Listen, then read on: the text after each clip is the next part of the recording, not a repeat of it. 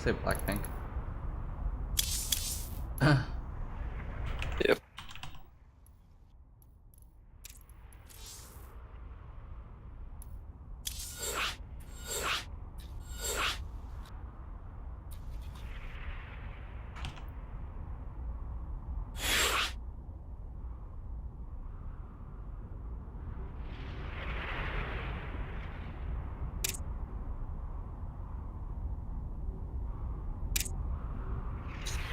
Boo, if you go in, can you pick A bio?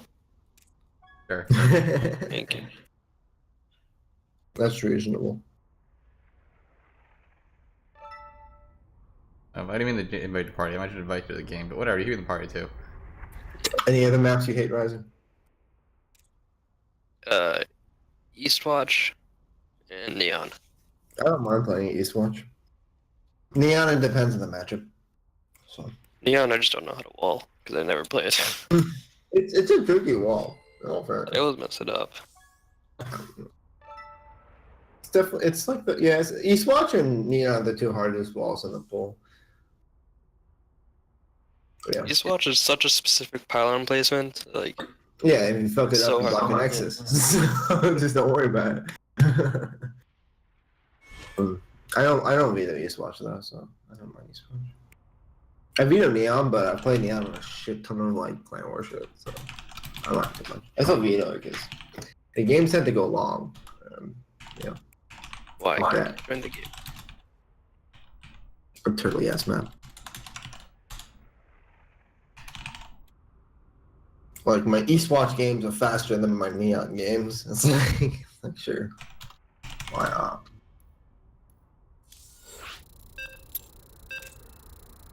Did the game start without me? Yes. Wow. No one's in here besides me. Alright, I'm gonna go cast this shit. Have fun. Find people. Keep looking for them. Alright. Oh, I just woke up. This is gonna be good. This is gonna be real good. I didn't even get any water. I haven't drank anything yet. It'll be fine. This is all good. Hope that logo's in the right spot.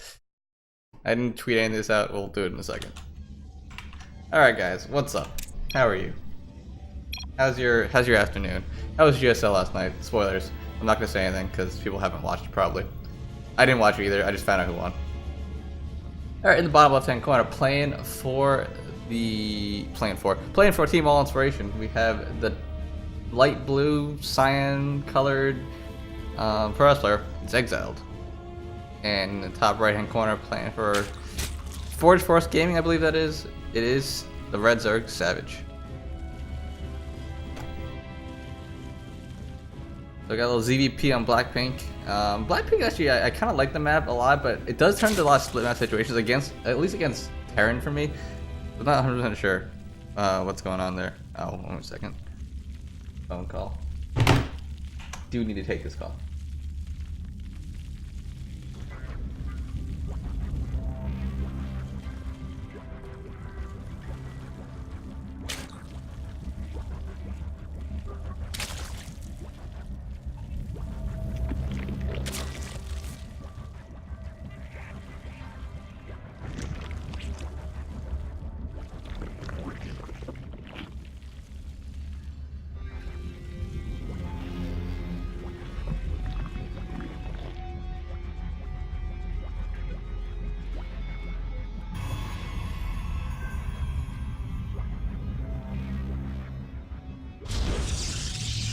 Guess what, guys? We have another player.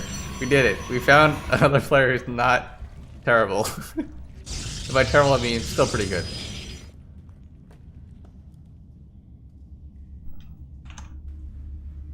Brian's coming. Awesome. Okay, we got another person. So what do we got here? We got a standard hatch gas pool versus a gateway expand. So simple, standard stuff so far. We can get a little macro game going. Always fun. Is it though? Yeah, it's always fun. I know our team says all inspiration and all in, but you know, we enjoy the macro game occasionally.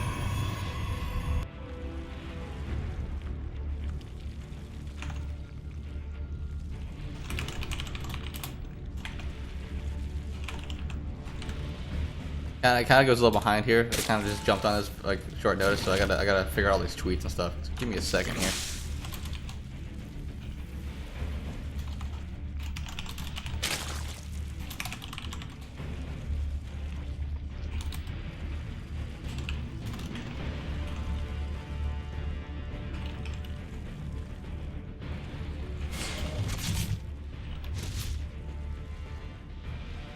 Alright, so first Adept's gonna shade into the main, see what he can get. He does commit to the shade, so he's gonna come in there and try to dance around these lings a little bit and see what he can see. He should lose it. He will take some hull damage on it though, because he's... Oh, he will lose it actually. Micro wasn't quite there. What did he actually wind up seeing with that? He saw... Blind Pool. Which was... He saw that with his initial probe, so he's basically nothing. But decent amount of links coming across the map now without speed. Speed's about to finish. He's gonna make a lot of links, so this may be a full-out pressure. Or I'm completely blind. I wasn't looking at anything, and there already was links on the other side, and he just died because the walls are done. My bad, guys. Wait. I gotta go back. I was on the phone. Give me a second.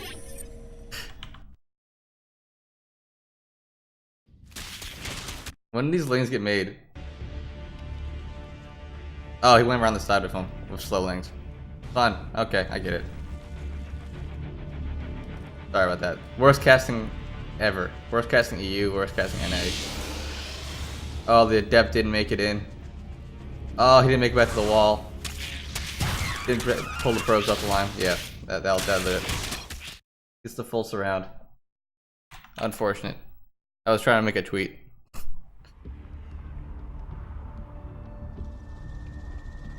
Zerg things. Pylon wall, double pylon wall. Zerg things. Who wants to go? Wait, is it done already? You got link flooded. Oh. He made a shitty wall. Yo, what's up? You want to kill a Zerg real quick? What? You want to kill a Zerg? Is this best of one? It's all kill. Oh, kill? Okay. You want to kill a 5.2 Zerg? Yeah, sure, why not? Okay. Let's go. Alright, get on Europe and go to that channel. I'm on Europe. I'm lovely kisses. Where? I am muted because of... What map do you want? Anything but Blackpink. Anything? What's a good cheese map? Hey, bye. I'm still streaming, so, you know. Fuck. I'll be on here. Perfect, okay. What, are you like streaming right Yes, now? I'm streaming right Yeah, now. he's I'm casting and streaming. streaming it and doing all this stuff at the same time. Fuck. That was probably less than optimal. Or is he gonna cheese, guys? You don't actually know. Okay, let's do Catalyst. Let's do Catalyst. Catalyst? Yeah. Alright. Fuck, man. My bad. It doesn't hurt anyone besides you, so, well, I guess us, but, you know. Alright, after this game, you guys could figure it out by yourselves. I'll stay under the channel so you don't, like, give away your state secrets and shit. Right? Damn it, dude. I'm still in a wake-up process. When I Me was too, I woke up 20 playing minutes ago. When I was playing Riser, I was like so sleepy. Alright, good luck.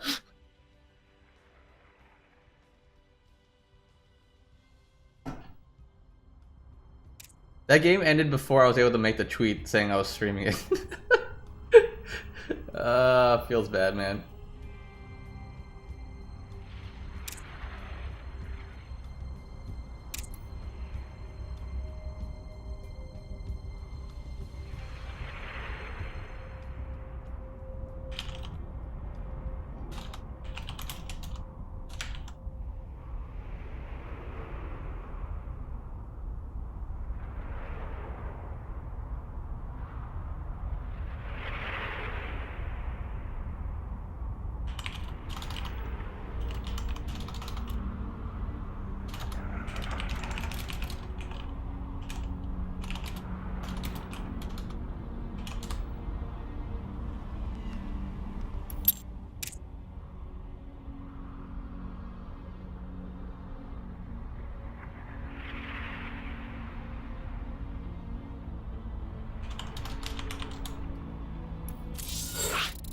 Alright, we're in there. I don't know why I didn't switch the scenes, but it's fine. We don't have to worry about that.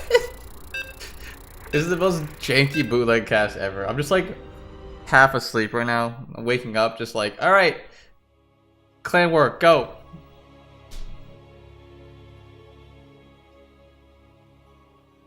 I blame streaming yesterday, and then I blame GSL, even though I didn't watch GSL, but I blame GSL anyway. Alright, in the top left-hand corner, playing for Team All Inspiration, we have the purple Zerg. It is Lovely Kisses, aka Ethereal. And in the bottom right-hand corner, playing the blue Zerg for Team Force Force Gaming, it is Savage, with a Savage build last game. Going with the slow Ling Flood, and as speed finished, he already had the wall broken down, and it feels bad as a Protoss, I'm not gonna lie. Actually, who am I kidding? I've never actually played against it because I don't play Protoss. But it looks like it feels bad.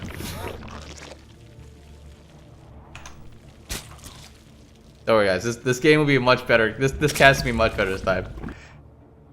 So Brian, Lovely Kisses, Ethereal goes for a gas pool on 17. So it looks like he's playing either safe or he's going to be aggressive with this. Not really sure. Savage does the exact same thing on the other side. I think people are starting to realize I don't like dying to early pools. Let me get speed first. Speed gives you so much in the matchup, right? You have map control. You know you go out there. You know you're not gonna get caught with your slow lings if you try to move out and do too much. Make some pressure plays happen. The hatch goes down for both players. We got mirror builds going on right as we speak.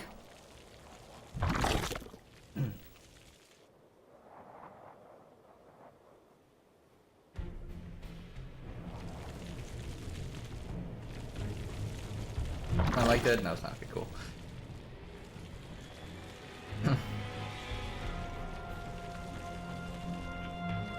So 6 layers coming out for Ethereal, and only 2 coming out currently for Savage. So Ethereal. Oh wait, no, he already had lings out. Am I kidding?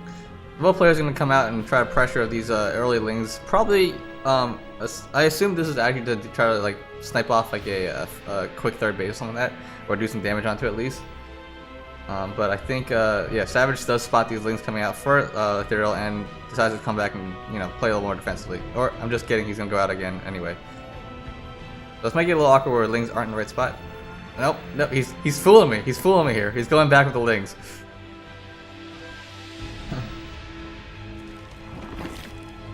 Ling count is 8 to 6, so Ethereal won't be able to do too much here. He can get us some little pokes on top of the queen and then run away because he has defender's advantage.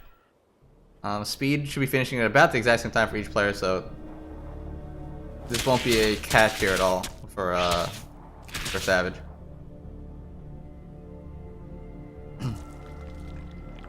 Baneliness going down both players.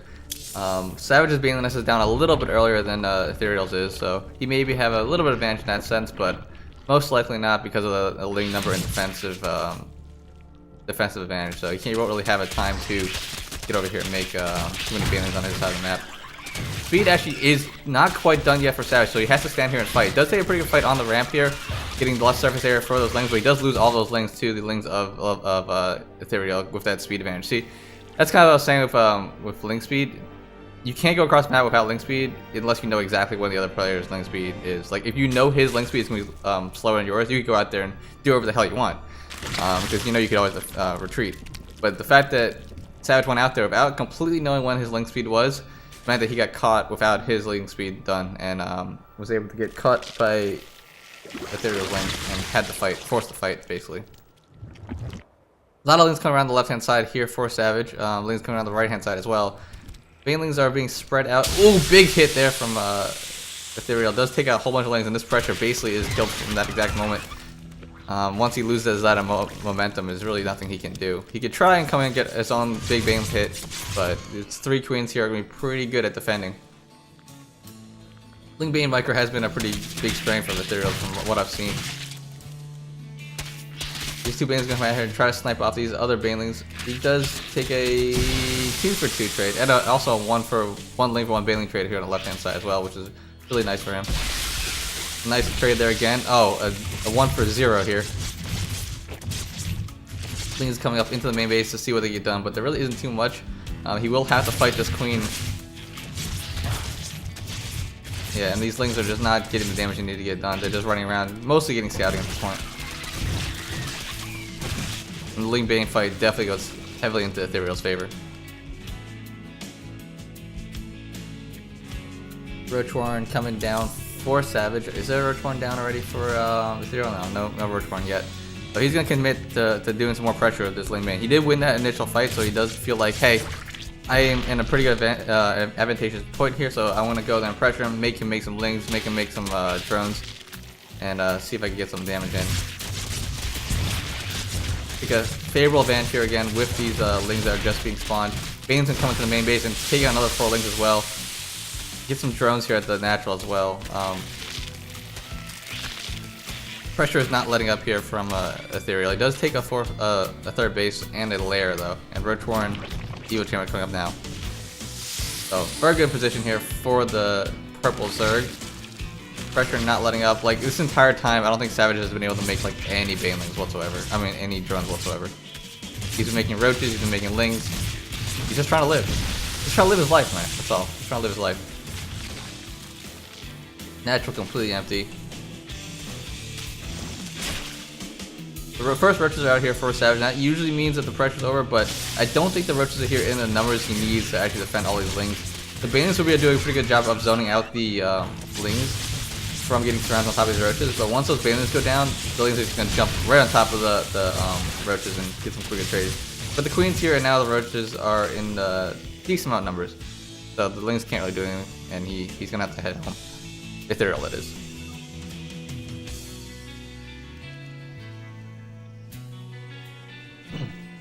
I should have got a drink of water before this.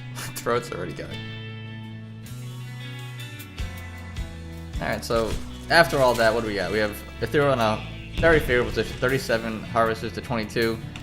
Lair is done. Lair is not even started on the other side for Savage. He has to all in here. He has no workers at his natural base. He's going to pressure across the map with a couple of roaches and a Ravager. But I think with these queens and the amount of roaches that are coming out for Ethereal, he should be 100% fine here. 4 queens, 2 spines, a couple of roaches. Really not much you can do off this ramp. And more lanes coming across the map here for Savage as well.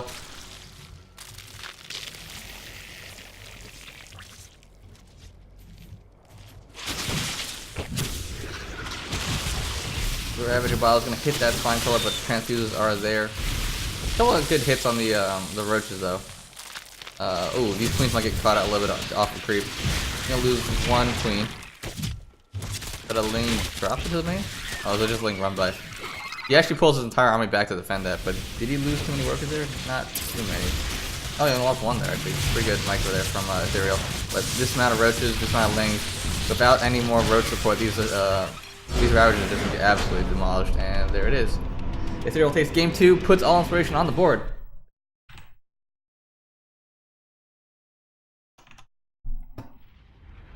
You guys, that was better casting, right?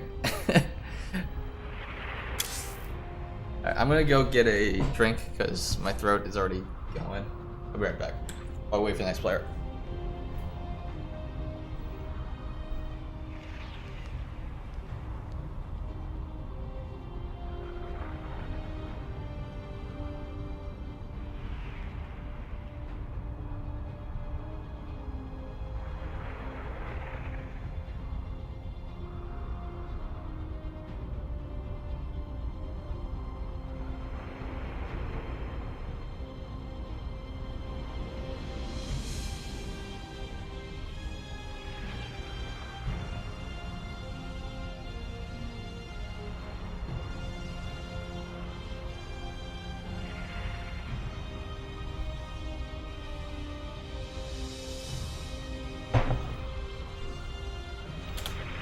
You know, it's an awful feeling, guys, when you wake up in the morning parched and you walk to the fridge.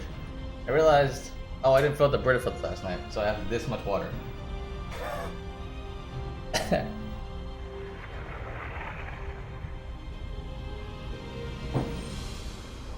Not exactly the thirst quenching amount, but.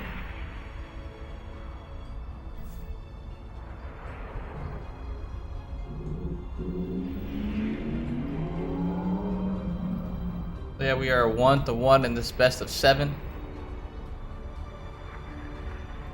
between Forward Force Gaming and All Inspiration for the 40 Team League Open Season 8, Round 3. It is Swiss bracket, so both these teams have the exact same record going into this. While we're waiting here, let's see who they won and lost to. They beat E-Punks, don't know who that is, and they got Forge Force Gaming is, then got all killed by 3D Clan. I don't even know who that is, but if they all killed Forge Force, they're mostly pretty good. So yeah, and then All Inspiration, we lost to Passion Mercs, which is a Czech team, I believe, with just like a bunch of like coalition of Czech players, and then we beat Lit. So yeah, that's how we got to this position.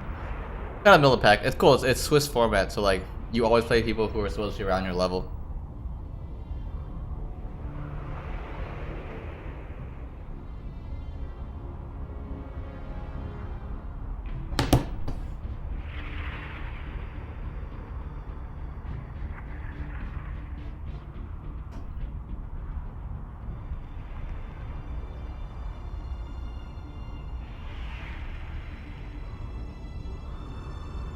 Still waiting on the next player from Forge Force Gaming.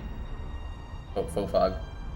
So what's the O's in Forge Force Gaming's tag? Is it just like there for style, or?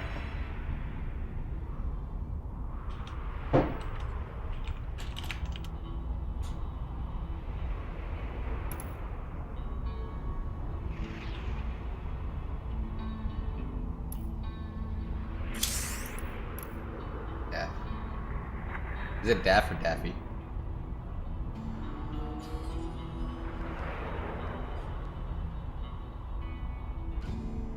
I'm assuming it's Daff. I don't actually know. I don't know why I'm in this channel. I should just not be in a channel. I was like going to Discord, like let me go sit in a different channel. Like, wait, why don't you need me in a channel? I'm solo casting this. Who cares? So have you guys been watching any of that anniversary stream?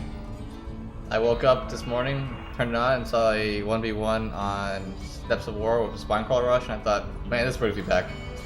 This brings me back to the days of good old StarCraft, wholesome StarCraft. Just making fucking Spinecrawlers and walk across the map because it's so short. And I realized I do that today on Abiogenesis.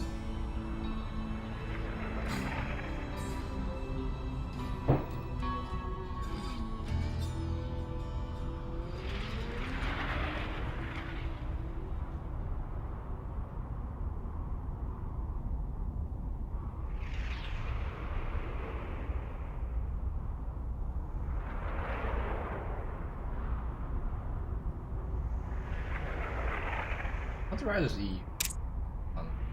5.2? 5.3?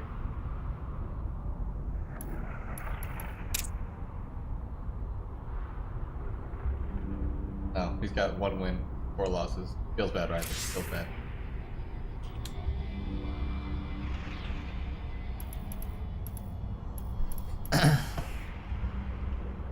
We're hanging out, chilling, waiting for players, you know. Waiting for maps. That's what happens when you have a live casted all kill, right? You have this downtime you gotta kill. And I'm not gonna talk to myself for extended periods of time. Or am I? The voices in my head do a pretty good job of that, right?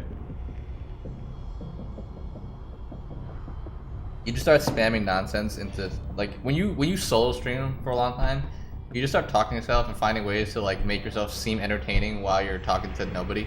Because you stream to nobody for like 80% of your streaming career, right? There's no chat interaction, there's just viewers silently watching you. You just have to say things to be entertaining, even though there's no interaction. You gotta go on tangents, stuff like, what did you do that day? Shit like that, you know? Alright, let's say we got a map, we're going on Neon Violet Square. And I don't know what Daff is, race-wise, but it'll be a ZV something, for sure.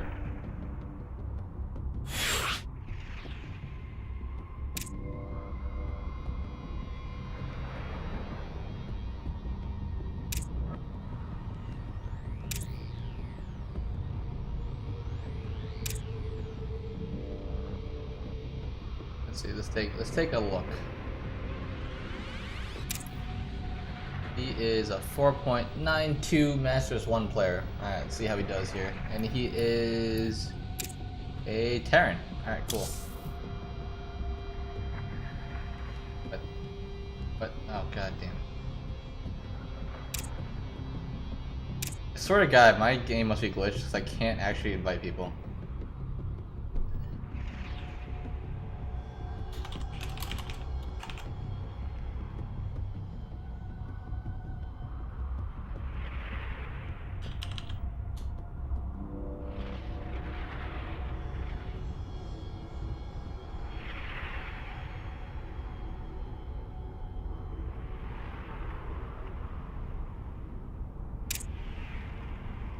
Try it again.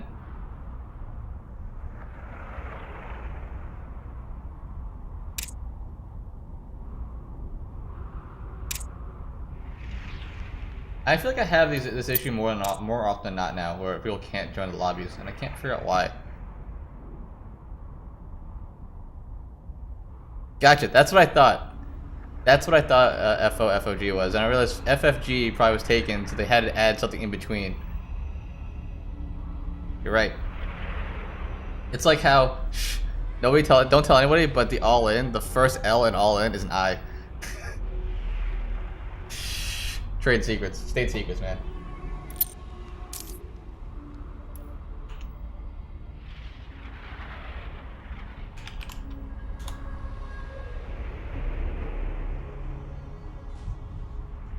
Alright, let's get into it. It's nice ZBT on Neon Violet Scarf. I like it. I'm a big fan of this map for ZBT.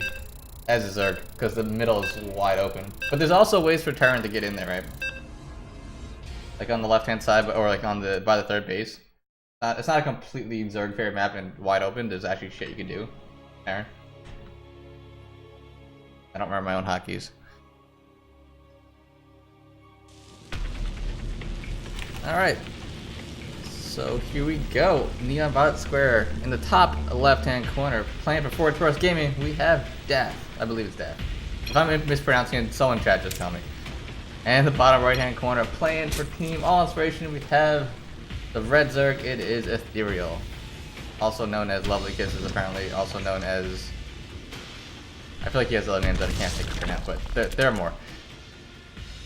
So, like, what I was saying is this entire middle of the map is so wide open for Zerg to take engagements on. Most Terrans never fight there. Sometimes they come in this way and use kind of like the checker boxes as like makeshift walls and choke points, because you know Lings can't. If you put like a marine here, Lings can't surround it, stuff like that, and it gets kind of awkward. But what most Terrans do is when you take the third base over here, they just push this direction. So a lot of Zergs need to get the creep spread out here, or get overlords over this side of the map as well to spot for that stuff. Also, very, very droppable main, right? There's all this dead area here. You use this area for drops, for banshees, whatever craziness you want. Just going from your third base to your main base to your natural, it's very abusable. So I like this map actually. The more I play it, I like it. When I first looked at it, I'm like, oh my god, this is Zerg heaven.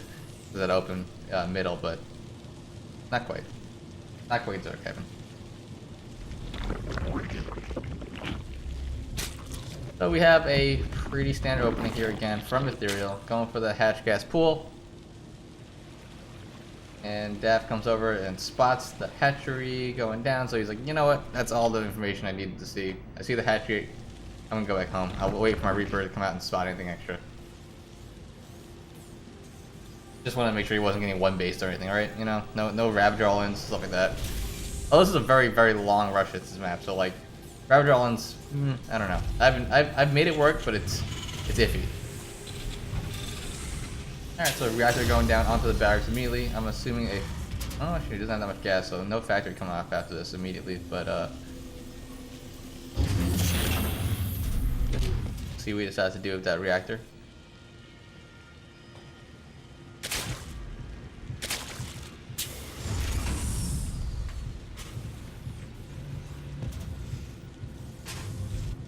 Gonna come here with the Reaper to stop that third base from going down. 6 Lings out here from Ethereal, and the Reaper doesn't care about the expansion, and he does actually. Oh, I thought he was gonna get that down. So now it's a little dance we do every ZBT where the Reaper tries to stop the drone from getting an expansion up, and the Lings keep chasing around like a crazy person. Just barely gets the extractor off, so it doesn't lose that drone. And will he get the hatchery? He does get that third down. And ooh, he almost. I think he could have taken that Reaper out. I don't know how strong the micro would have been there for Daph. He might not have been looking at the Reaper that exact moment. But yep, third dub base does go down. So in my books, that's a win for the Zerg. If the Reaper forces extra queens and stuff, well, it already forced extra queens. But if it kills a drone or something that or delays the third for a much longer time than you want, that's a win for the Reaper. So 4 queens out here, 4 ethereal. What's going on the other side of the map? Daph is actually going for a third command center. Tech lab on top of the factory, so looks like it will be Marines, and not building out of the factory yet, so I'm gonna assume that's gonna be swapped over on top of the starport, and I need to go for a cloak banshee maybe, or a raven with this many Marines. Probably a raven actually. I don't know. I'm not Darren. We'll find out together, guys. So third command center is going down now. The Ling's gonna come in and do some poking damage. Does take out 1, 2 SCVs, so that's a nice little win there for him. And try to take a third out while these Marines are running around, and you will get a third SCV. So nice little win there. 4 Lings for 3 SCVs, always a good trade. Oh no, he's not switching over. He's just making a siege tank. All right, so it's gonna be a siege tank push here from Daph probably, or at least a siege tank into macro. So he does have the third command center. So he's not thinking about anything crazy right now. Liberator at the starport. Duelhorse can come here and see what he can spot. He does spot this tech lab on top of the factory and that amount of Marines. So I'm not completely sure if he knows what's going on yet, but he knows that the tech lab was probably not swapped onto a starport, so probably not any banshees or anything like that.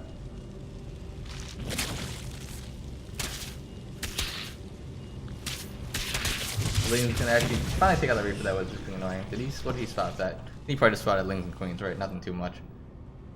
Yeah, just hatchery, Lings, and Queens. Nothing crazy. How many Queens does he have right now? He has 7 Queens.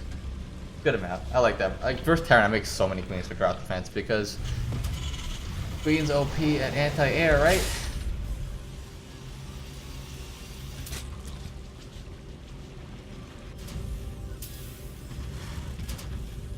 Where's the Liberator? Okay, Liberator coming down to the left-hand side. He's also making another Liberator, so I'm going to assume he's going to try to make 2 Liberator plays happen. Or like, you know, while Ethereal's out doing some other thing on the map, he's going to send that Liberator in. Is there any spores up? There are no spores currently. They're going down to natural. All the Queens are mostly at the third base, but where are the Queens at? Oh, they're out in the middle trying to spread some creep. Liberator comes around into the main, and this should get a cut a little bit. Oh, good reaction time from Ethereal. Does not lose anything. Can he hit that from this way? I don't think so. He has to go around the other way, I think. Yep. He knows. He knows he's gotta go around the other way. Lings and Bane's gonna try to take out the free rocks, which... Oh, like, I always forget to do that just because this choke point's a pain in the ass to run through. And, like, if you lose your third, you kind of get stuck in that little weird choke area. Like, they could use that against you. Like, Serial playing as fast as always at almost at 400 APM, but, Daph also up there at 320, so that's... These players are flying on the keyboards. Liberator actually does get out, I didn't notice. The Queen turns around to try to get rid of it, but 0 kills on Liberator. It does not lose it, doesn't lose it though. The third base is going to be floated over for Daph, going to land over there and get his macro going. Fourth is started here in the back, and Ethereal will spot it, 100%. I think this is the first time he's going to actually notice that this is in fact mech.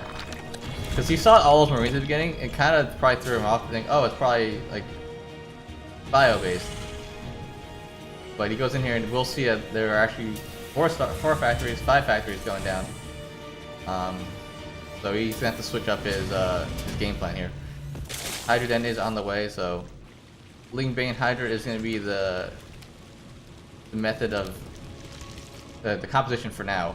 It does have melee upgrades, which you don't really want them against mech, but they're not going to hurt, right? So he's going to let that finish and probably switch into ranged upgrades, if I had to guess.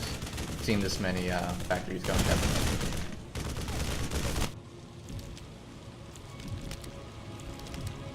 Well, we want to Spire. So he has Infestation Pit and a Spire going down. So I wonder what he'll do. If that Infestation Pit is just get the Hive and get the Broodlords, or it's actually going to be used to make something like Infestors or Swarmhost. Most likely not Swarmhost, I'm guessing. I think it's to get the Hive, just because I've seen the Spire. I think he wants to get the Broodlords as fast as he can, knowing that his opponent has to go across the map, across all his creep to actually attack him.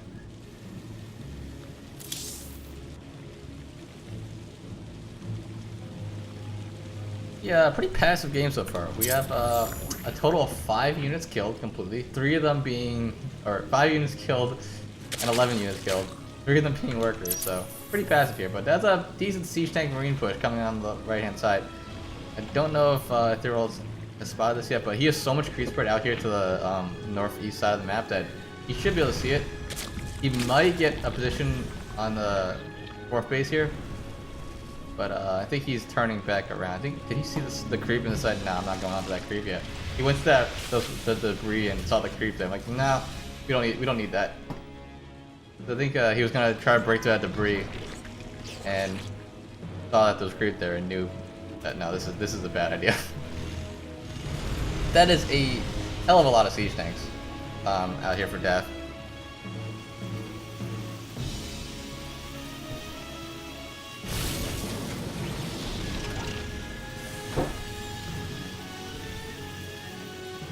A little bit of blunder here, actually. A bunch of these SCs on the other guy. Okay, now he knows he's good. Balloons try to come up here and spot what they can see, and they get spotted by 7 siege tanks and just get blasted to all hell. The Hive is about to finish up, and I'm going to assume once Hive finishes up, this Spire has become a Greater Spire, and we're going to get some Broodlord tech going. Infernal Preigniter coming out for Daff and get that Blue Flame Hellbats going. That should help, but what I'm afraid of for Daff is I don't think he has any idea the Broodlord tech is even remotely possible at this point. Actually, yeah, he's got Ghosts. Ghosts are okay. Knife's pretty good. Because I don't even know where his starport is. Oh, it's over here. Okay, never mind. He's making Vikings. I think he's starting to realize. Wait a second, he hasn't done anything. I gotta be prepared for something. Yep, and the scan goes down. Does spot the Spire as well. 3 Evo chambers coming up. I think that those 3 Evo chambers are gonna be for Viper consume energy, basically.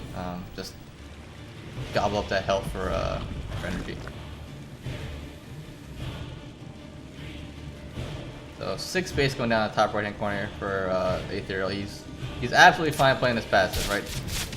Does not need to go in pressure. Feels confident in his late game. He's gonna go make a huge Zerg army and push across the Broodlord, Viper, Hydra, Lingbane. But Daff has other ideas. Daff wants to come over here and pressure this. Did he spot that base in the top right? He did not, but he does want to come pressure this this base on the right hand side. Pretty good position here if you get the siege tank siege inside this kind of choke point area where the debris field was. Siege tanks aren't quite siege yet. The Hydra are going to come in and jump on top. The Hellions do go down immediately, so the front line is gone. But the siege tanks do get siege in the back, and Israel realizes he doesn't need to jump in on that at all. But there really is not much anti-air here at all for Daff. He does have these few ghosts, which can get let them snipe, but there's 1, 2, no, there's 4 Vikings in the back here. He's gonna try to jump on top of these tanks. Ethereal's just gonna go for it. Blinding Clouds over all the siege tanks. And this is a decent fight for him, but he does lose a lot here. The Ghost is still alive in the back, and I think, well, let's see what he can do here. Ghosts are gonna do pretty well here on top of these Hydralisks and Blings, but do run back. Snipe on top of all the overseers. Oh, he has no overseers to see any of these ghosts, which is a pretty big problem. But there's a lot of Hydras here, and I think the Hydras will clear up the siege tanks. Once the siege tanks are done, just the ghosts are alive, because just the ghosts aren't going to be very good. Ghosts are great, but they're great with other stuff, you know? I love the ghost dying sounds. And that doesn't clean up very nicely there by Ethereal. And now Corruptors are on the way, so that only means one thing. That means there will be in. Oh, please. God. Kill the thing! Thank you. Nope. Stop F2ing. Thank you. And all these Corruptors coming out means one thing. It means Broodlords, and there goes the first 3 right now, outside of the scan range. How's the economy doing here for Daff? He loses a pretty big army here, and there are a bunch of ghosts. What's the Viking production doing? He's actually not producing Vikings right now, which Ghosts are good, but I think Vikings are the way you need to go against these Broodlords, because Ghosts are gonna get zoned out by the Broodlings and the Hydras and the Lings and everything like that, right? Snipes are pretty long range, but they're not that long range.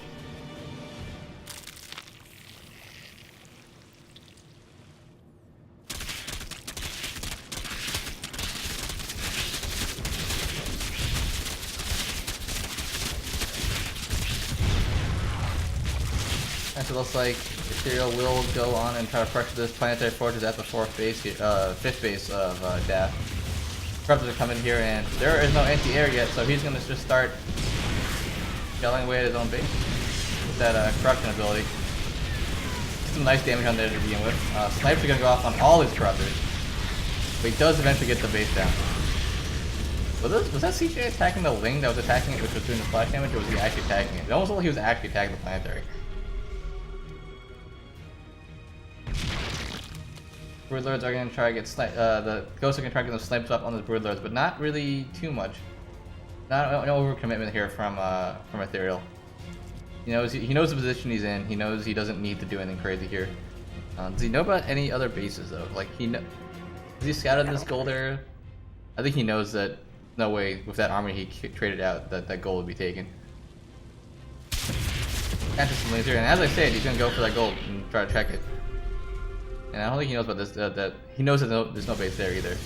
Well, he doesn't know for sure, but he's assuming. He's gonna come in here and try to take out this Planetary once again. Ghosts are doing pretty well on top of these Corruptors, but the DPS from the 2-2 Hydras doing really well for him. Ooh, these Rulers are gonna get sniped out, which is painful. A little bit painful. So he winds up trading Ghosts for, winds up trading Broodlords and Hydras for economy here. I mean, the scary part of this army is definitely Ghosts, but these Ghosts are completely out of energy now, right? And this army is deep on creep, which is scary for any Terran. Is he really making Lurkers? Making Lurkers? Wait, Lurkers? Alright, show me something new here. Show me something new, Ethereal. I don't know anything about Lurkers in ZV Mech, but maybe.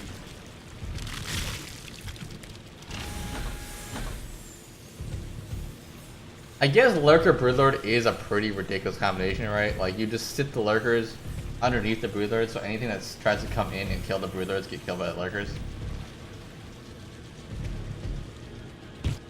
There. So Adrenal Clan's gonna start finishing up here, and 3-3 is almost on the way here for Ethereal. So I think he's gonna try to do some run by plays here.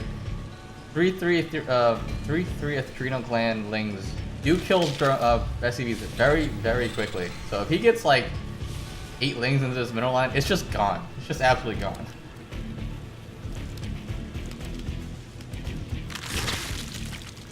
How heavily is the commitment to anti-air here? I feel like the commitment to anti-air isn't that crazy here from Dav, but the Ghosts are just what really is doing this, man. Because all those snipes on the Broodlords and all the snipes on like with the siege tank support, it's such a strong play.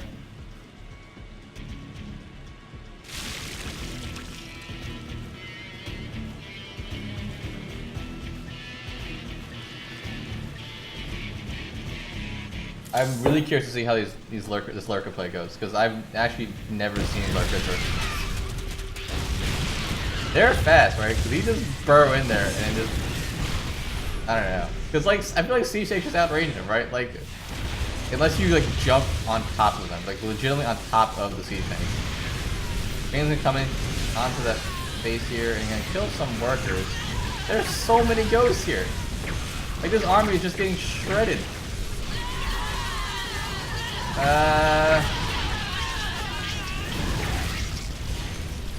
Well,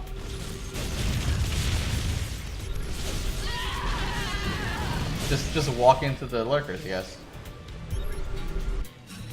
The thing is, like, he's continually making these trades for economy, which I think is alright because of how much economy Ethereal has, right? He's trading away mining bases for entire armies, and like I guess he's trading some lurkers out, ghosts out, sort of. I think in the end he's still okay, but I think he could be slowly losing this game as if Daft gets more bases. Like if he's able to secure this gold base, I think Ethereal's in trouble. I think he's in big trouble. There's no Vipers here, there's no Infestors, he's making Hydra Lurker.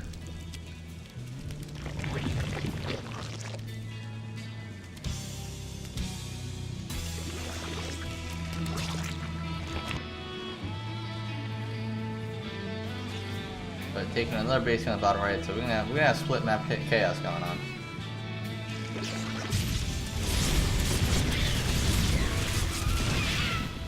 The Hellions try to sneak up by. It does take out 5 drones. Nothing too crazy though. There is 70 workers to 70 workers here. And it's basically how efficient can we make these trades at the end of the day.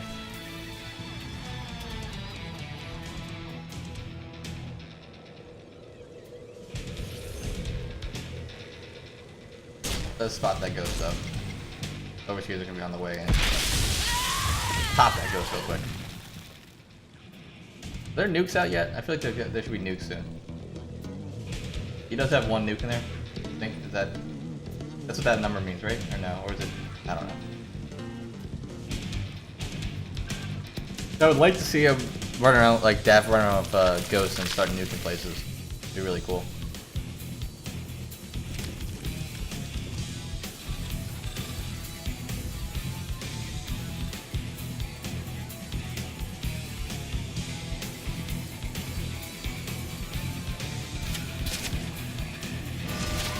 Oh, never mind. See, there wasn't a nuke. I was right.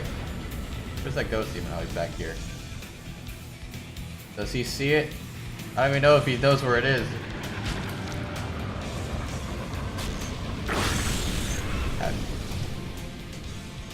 I love how, as a Zerg player, we just like refuse to take this back base because, like, no, I don't want your shitty 4-mineral patch base. I'll take the other ones on the other side of the map. And the ghost is just chilling back here now. He's looking for him. You can't find him though. Alright, I think he knows where he is now. There he is. We'll take that ghost out. More nukes are on the way. He only has 1 ghost academy now, so he's only gonna be making 1 nuke at a time. I want to see fucking raining nukes out here.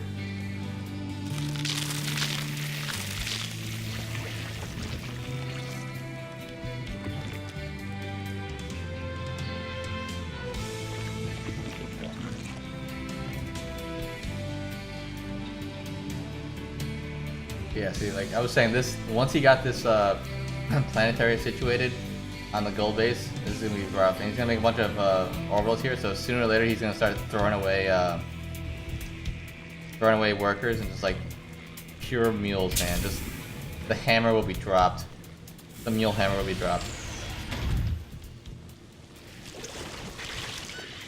So Ethereal's gonna come here and try to do some pressure on it. Does take out this commander real quick. But I don't know if he wants to walk into all those ghosts.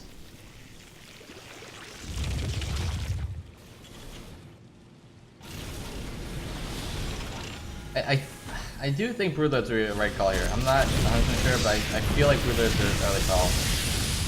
Well, actually, Hydras aren't bad either because there aren't that many siege tanks, to be honest. Like, if he's able to get on top of this, the siege tanks aren't gonna, like, that's a lot of Hydras. That's a lot of DPS. If he could actually fight the ghost straight up with the Hydras, it may not be too bad. That's a lot of snipes.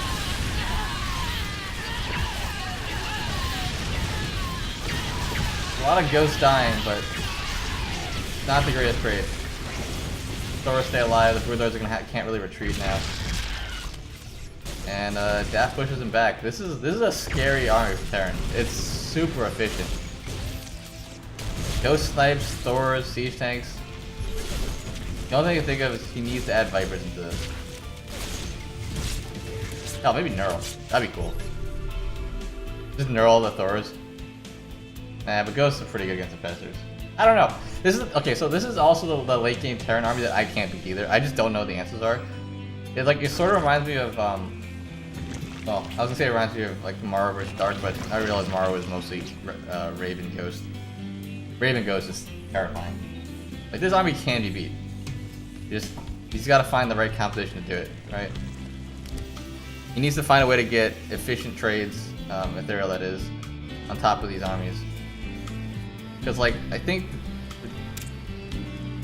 where's the units lost? What is it? New. structures. I don't know what That the command hotkeys center are. upgrade you ordered is here. I don't know what the hotkeys are. The hotkey is for resources lost.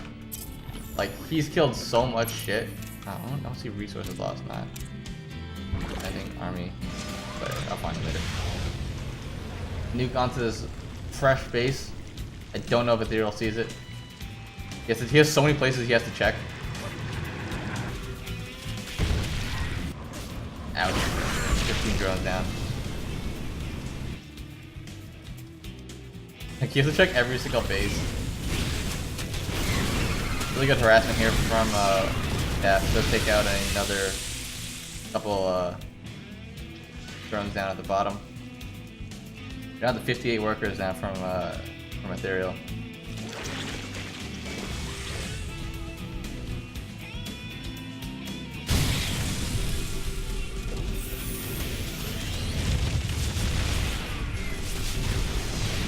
This base is already mined out, so it doesn't really matter, but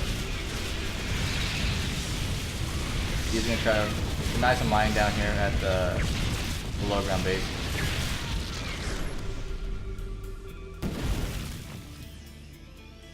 So what's our mining situation at? We got this base here fully functioning for DAF. We have 4 more patches in the gold. We have some gold mining here. This base here for Ethereal. This base could be mined. But besides that, there's not much income here for both players.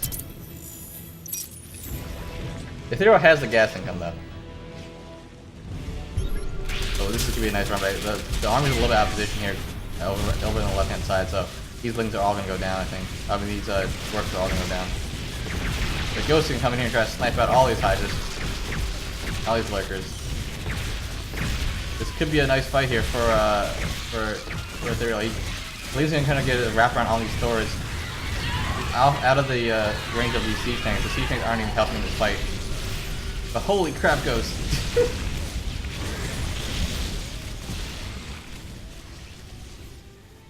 And Ethereal down now to 120 supply to the 172 of Daff, and I think Daff might have done this. Played the defensive game long enough.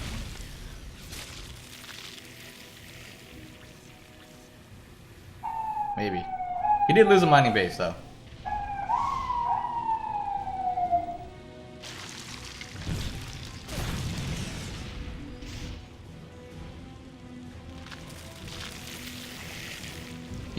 Ethereal needs to find a way to kill these ghosts. Like, that's like the biggest part of this right now. He can't kill these ghosts. And these ghosts are just ripping apart his bases, or his armies. So he has to give this up. I'm gonna try to take some trades here against these stores. We'll take a couple of them out. But this army is terrifying from death.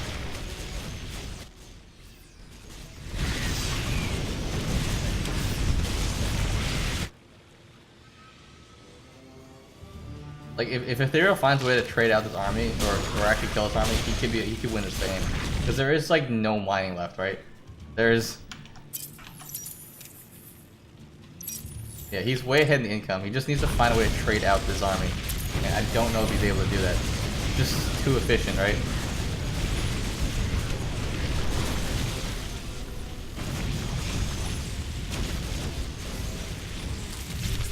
Yeah, he needs to start pulling back into areas where like he doesn't need to fight here. I don't think. He's gonna go down, and this army is on a warpath.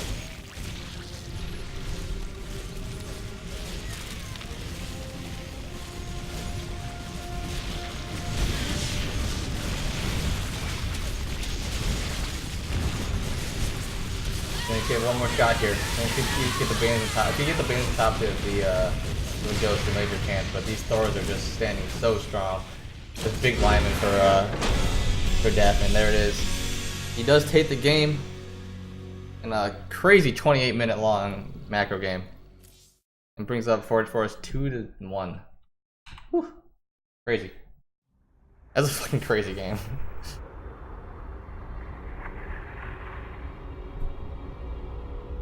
Alright, so let's see who the next player is going to be. I'm thinking... I don't know. Not sure. Let me go find out. I'm going to mute myself and we'll find out.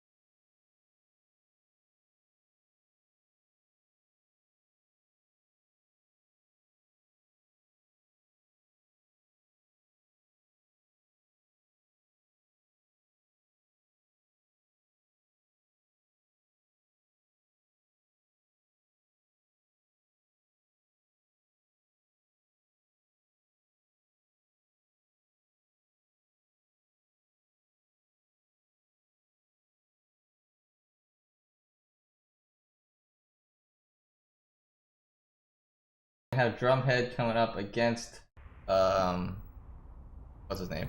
Who did we just play? Dav. Yeah.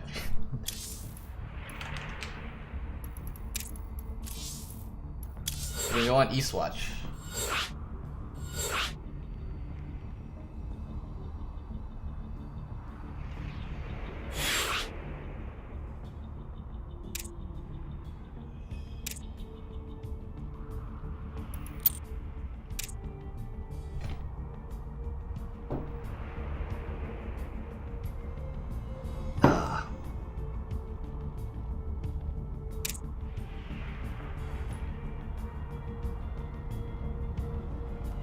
How are you guys doing this fine Saturday evening? Not evening yet, afternoon. It's still light out. Enjoying some good old StarCraft. Watching the StarCraft anniversary stream as well. I appreciate the fact that we have 12 viewers here during that stream, because that's a big pull for StarCraft viewers. I'm not gonna lie.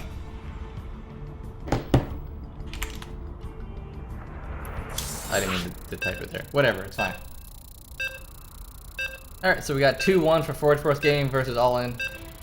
See if Drumhead can bring it back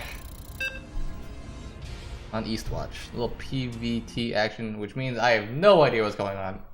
Be a lot of play-by-play action here for you guys.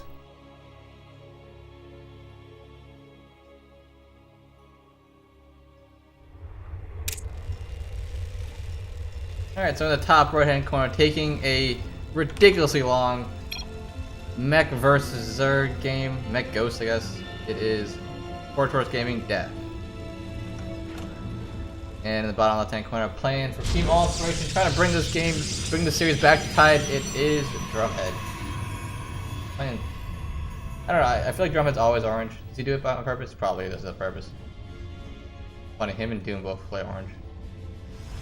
World of Drum. So I can't really make too many strategic calls in this matchup because I do not play either of these races. But I'll tell you what's happening economic-wise.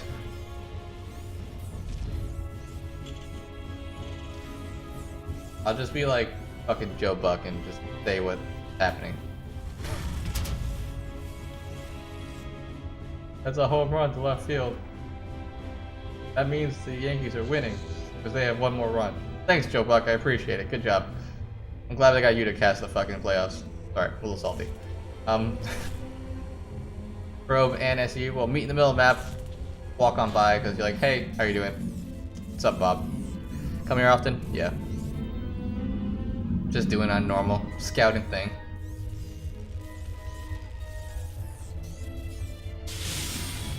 Someone can come up and see the barracks and know, hey, there is no proxy. I'm not getting proxy 4-gate or anything stupid like that. Fun. And Daph's SCVs can come here and realize, hey, there's a Nexus. We're cool. And both players know they're playing macro games.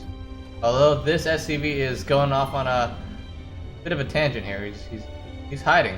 He's going to the left-hand side, and he is going to drop a proxy. It is going to be a factory. And Drumhead is going to drop a proxy as well. Maybe? I don't know. We'll see. This could get weird.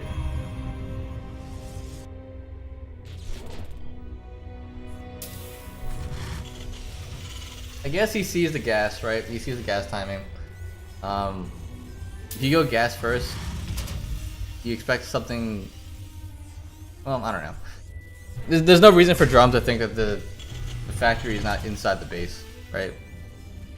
I think if he comes in now and scouts this and spots that the factory is just coming up, well, no, but I think that Probe is not gonna get up there. Yeah. I think maybe if he gets up here and spots the factory being made now, he's like, alright, there's too much gas for that to be just going up now. So it's gonna be a proxy Widowmine, interesting enough. Could get some damage done, but I feel like proxy Widowmine is definitely gone out of favor just because of the fact that you can see a Widowmine after it shoots now. So like as soon as it shoots, it's just open to get killed immediately.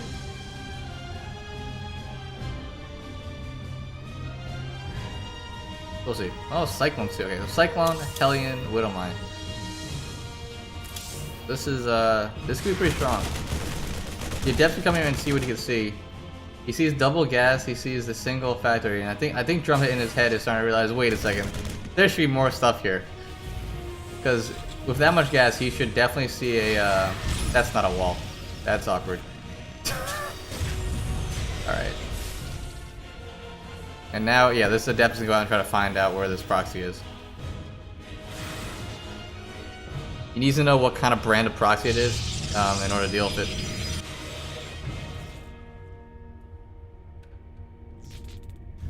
Gonna shade back in? He's gonna shade back in. Alright, he's looking left and right for like hidden stuff. I think he should be moving across the map to actually look for proxies though, right? Because Terran doesn't really hide tech. Terran hides production. Alright, so this two Adept drops can come out with this Warp Prism. Still no vision of this proxy at all yet. Field battery going down at the natural.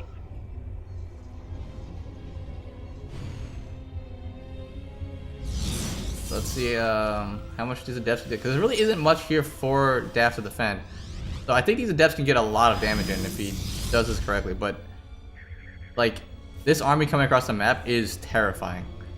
Like Drumhead's not gonna have anything here to defend. He's gonna have one Immortal, and he's gonna have to. He doesn't have any warpins. How many gateways does he have? He has 3 gateways. He needs to start warping stuff at home as well. This is gonna be a scary, scary push. And here it comes. They're definitely gonna be going to the main. They're gonna do a lot of damage, but will this push to the other side of the map kill him? It might just kill him. Is there a shield battery here? There is no shield battery. We got a sentry. He fails the force field. Like the other side of the map looks like. Let's see what Drumhead can do. He takes out one of the cyclones, which is pretty big. But I think one of the second Immortal must have died, right? And now with these Adepts, I think these Adepts can take on these. The Adepts can take out the Marines for sure. Nice kind of micro there to get the Widowmine to trigger on top of the single probe. I think in the end, Drumhead's fine. He did enough damage on the other side of the map with his Adepts that Daft went down to 18 workers. He gets 19 workers with those Adepts, and then he holds off this attack and regains his ramp at the natural. These 3 cyclones are still pretty dangerous, but once this shield battery comes back up, I think he's in a much better spot.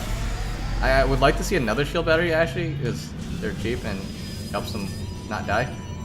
But as long as the cyclones, the Immortals get shots off on top of these cyclones up this ramp, I think he's fine. And with these sentries here, Daft can't really commit. If he commits up this ramp, he'll just get force fielded off and, you know, die.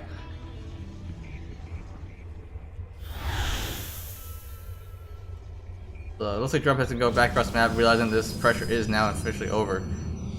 Let's see how Daft decides to continue on in this game. Transition. Sorry, I couldn't figure out the word. English is hard, guys. But I don't think he wants to transition out of this. I think this observer is gonna spot the entire army coming out and realize, huh, that's a lot of cyclones. That's a lot of cyclones. And I want to see more shield batteries. Give me some shield batteries, Drum. Give me something. Unless he just feels like, nah, I got this.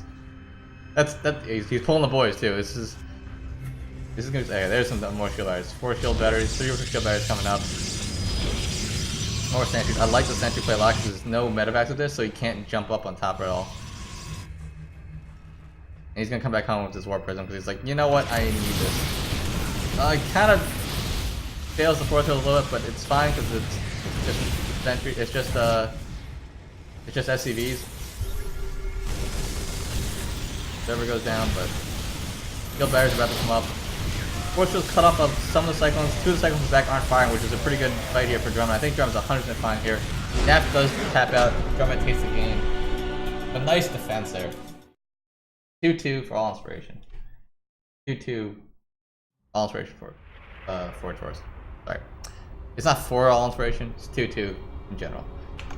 But yeah, nice play there from Drum. Nice hold. I feel like Drum is so good at just like holding weird shit. Like, he's very good at identifying what the weird shit is and knowing how to deal with it.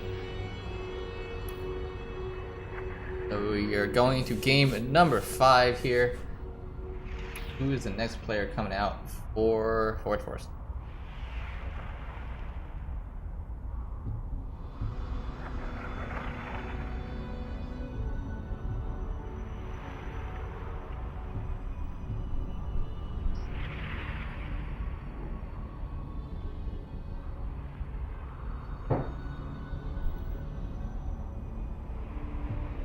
I'm gonna get more water because I'm hoping the Brita filtered the shit out.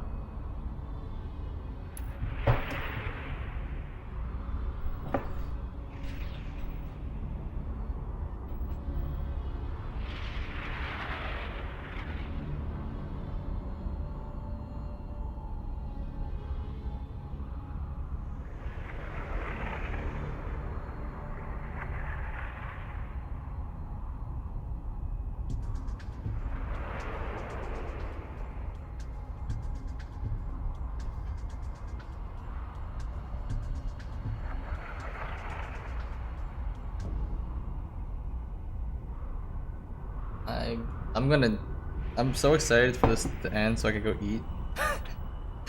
It's 4:15. I haven't eaten anything all day. It's fine, guys.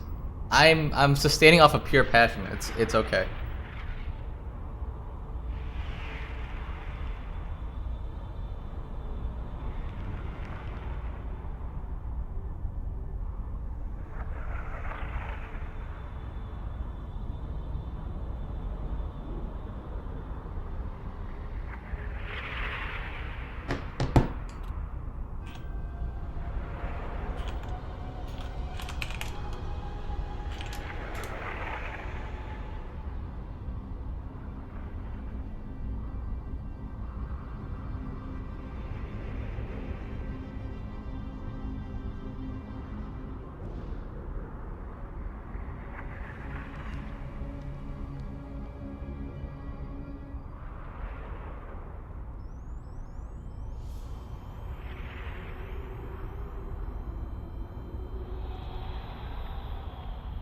Floru will be the next player. Alright. Who's Floru?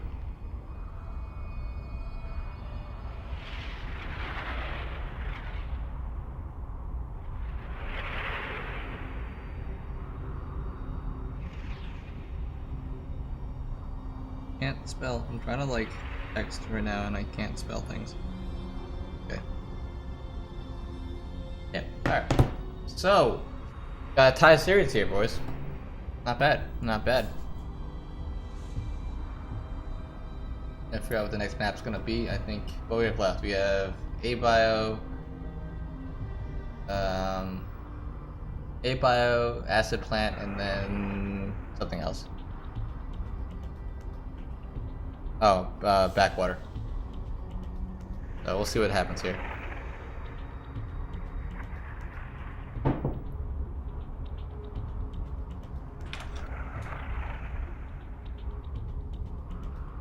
All right, we're going to A-Bio. All right, cool. Get some weird shit going. Let's get weird.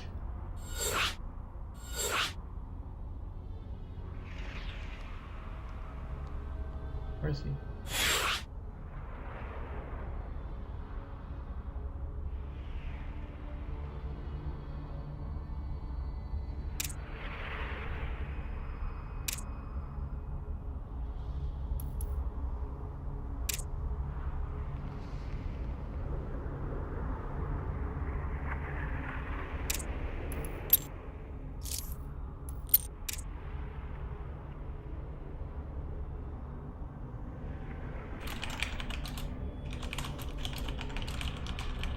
Oh, okay, whatever. I was gonna let him stay in the lobby, but it's fine.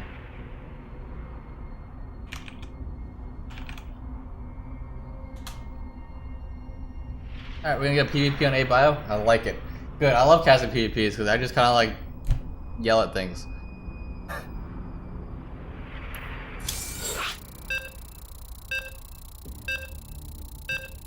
How I like to play.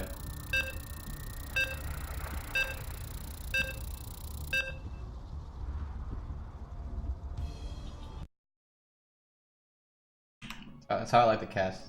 I like to see games go down. I don't know what's happening. It's like I was watching the anniversary stream yesterday, and I was just looking at them casting the 2v2v2v2. And I'm just like, I don't know what's happening, but sure. There's like chaos going on the entire map. There's like Broodlords, Infested Terrans, Swarm Hosts, all the free units fighting the free units, just chaos. Alright. Well, the bottom right hand corner, playing for Team All Inspiration, taking the last game with a nice defense on the Proxy Cyclone. It is Drumhead. In the top left hand corner, playing the pink Protoss, we have trying to win another game. I don't know. I was trying to think of something more clever than that. It is Florigen. I think that's how you say it. Florigen? Florigen. We'll go Florigen. Sounds right.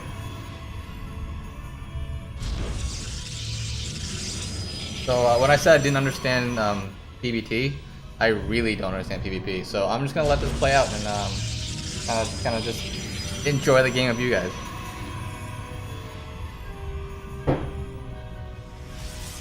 All I know now is like certain opening builds are slightly more defensive than others. That's about it. You don't really see anything happen until like the first tech path gets chosen. Gateway going down, both players.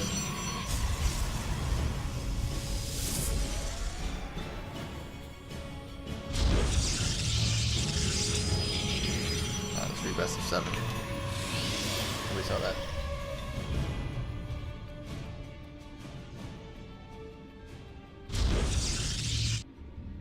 Holy shit, I just realized something. Did that bother anyone else? I just realized that was off-centered the entire time. That must have been like that for months. I just realized there's a black bar to the left side of my screen. Oh boy. Oh boy. It was like 2 pixels off. Alright, so double stalker opening here for Drumhead. Double stalker opening here for Florigen. We're going exactly the same.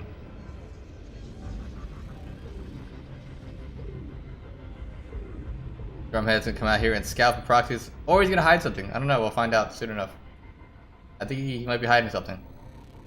DTs, Archons, DTs, DTs. It's gotta be. It's this far away from Florigen's base. It has to be DTs, right? Has to be Templar. I mean, what's it called? It has to be a Fly Council. I blanked on that name for some reason. Or never mind, he's just not. None of that. None of that's happening. He's just hiding a probe. He's hiding the probe so the probe wouldn't die, so he can come back in and scout the expansion, maybe? Although there are 2 stalkers here, which makes me think he won't get the scout off. He does get the scout off. He sees there's no expansion yet.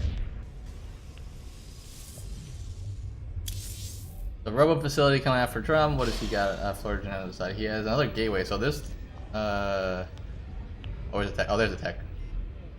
4 gates. Okay, so he's just going all in with this, and I think Drumhead kind of figured this out. He saw the no expansion, and I think he's like sniffed out that. Wait a second. This is more pressure than I thought it would be. But he's actually taking the Nexus. All right, maybe he didn't sniff it out completely. But the Immortal is coming out now. I think what's going to happen is he's gonna come in here. He's gonna see the amount of pressure that's on him, and then he's gonna have to back up onto this ramp and use the Immortal for defense. Make these warp gates, Drum. Warp gate. Warp. Thank you. That's a lot of stalkers, but these stalkers are just pure stalkers. There's no blink, no anything. Just straight 4 gate. No tech at all. So if Drumhead can hold this with this first Immortal, I think he can.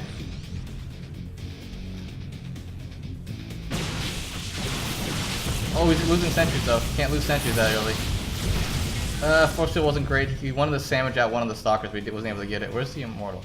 Oh, he's here. These skins make it so hard for me to see the Immortal. It looks just the same as a stalker.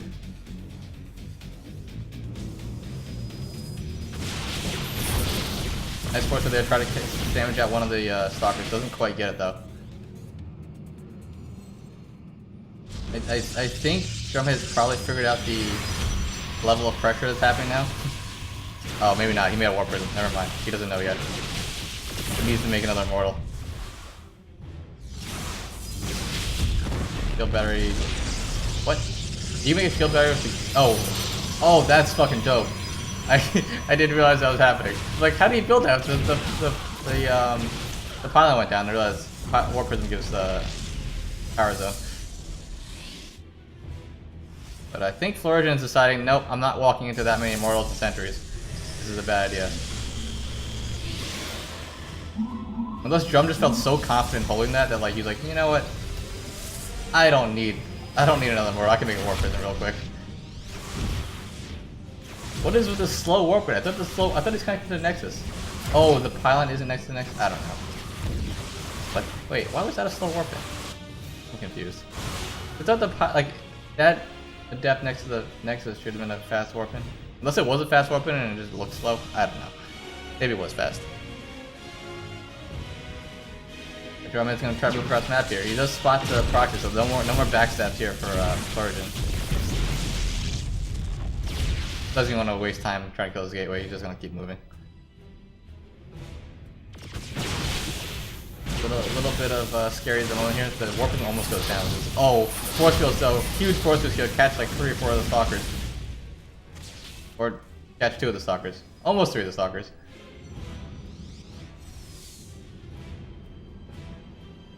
Drum is gonna try to find an angle to get on top of this because there still is no tech here from Florian. His tech choice is gonna be DTs, and that Dark Shrine is still a ways away. Nice force field here, does catch 3 more of the stalkers, and I think this may spell doom here for Florian. There's still this one Immortal. I think a second Immortal should be on the way. Where is the second Immortal? Or did he kill an Immortal? 2 Immortals. Oh, huge force field there. Does single out one of the Immortals. Nice move there from Florian actually. And with that, he might actually back off, because that's scary. When you lose one of these Immortals, that's a lot of firepower. Drumhead has to spot that there's no Nexus again, though, right? Yeah, there's no Nexus here. He's like, alright, what are you doing with this freaking push? Is he Observer here? Alright, DTs are being warped in. They're actually going to move across the map. He's not even going to go for this. I think he needs to turn out these DTs and fight, because this army is just going to kill him if he doesn't. Alright, he's going to warp in 1 here to start dealing with it. Hopefully Drumhead hears the swipes. Is he having detection back at home? Okay, Observer's coming out now. This is gonna get a little weird. Alright, he's gonna recall back home. Observer needs to get out yesterday. The DT is into the middle line. He's gonna try to take it out, but no, he sees him. Oh, what do you... Drum, what the hell? What was that? Why do you force yourself out? I guess there was a DT. Was there a DT there? I don't know. I didn't see it. But 14 workers getting killed there for Drummond. So these DTs definitely brought Florian back into the game. 16 workers at 25, but there is a Nexus down for Drumhead, and there is no Nexus down for Florian. So, I want to say Drumhead's still ahead, barely, but yeah, I think he's still right. Is there a Robo here? Alright, Resonating Glaive is coming out for Florian, which I don't know if it's going to do too much against this army. Resonating Glaive is really good against light units. But the army supply for Drumhead is significantly in his favor.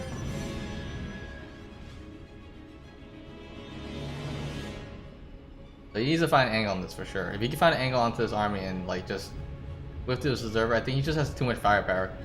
He still has a single Immortal here. He has a bunch of Blink Stalkers.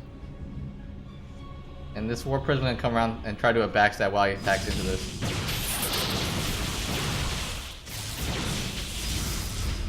Yeah, so I don't know if Florian is going to be able to hold this. This is going to be a lot of firepower coming out of the front door. Good force there that's sectioning off his army and make it just a small choke point they can fight in. Nice hold position back there, and the depths are in the main base as well now. Although these adepts should win. Wait, what? I don't know. I guess it just had more adepts. Oh no, because he was attacking them as they're warping and really taking more damage. Nice little micro here with the War Prism to keep them alive.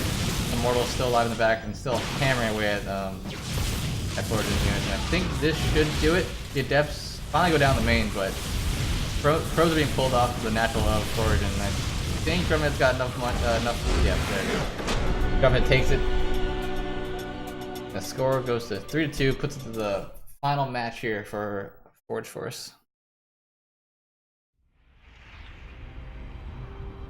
Nicely played there from Drumhead. I'm not sure if he knew how much pressure he was under, but he did a good job defending it.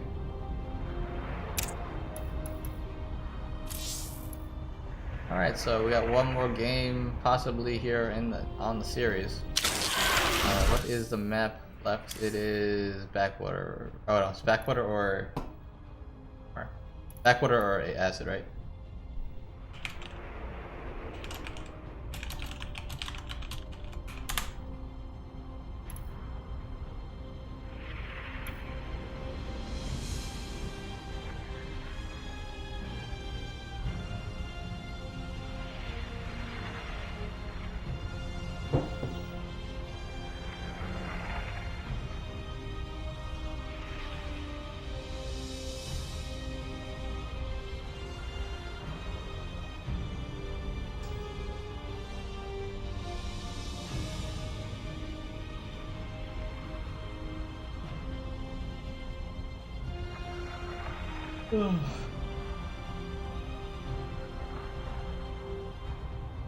Alright, so let's see.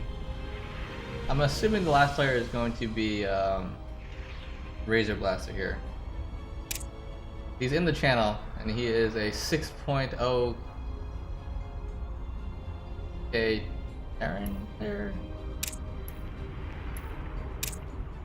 Yeah, Terran player. So he's nothing to scoff at here. I'm assuming he's the one.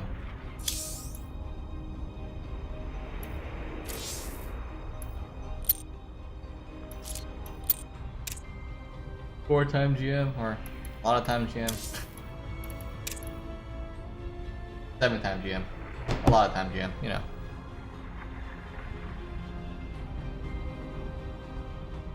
See how Drum fares.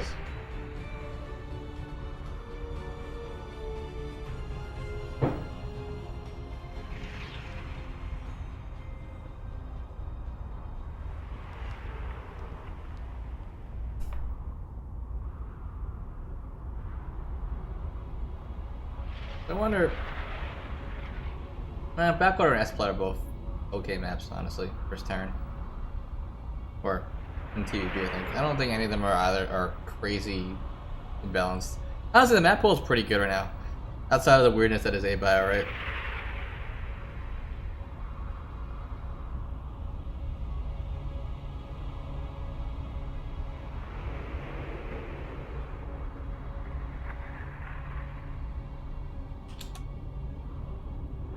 Oh, is it Razor Bladder or Razor Blaster? Razor Bladder sounds awful.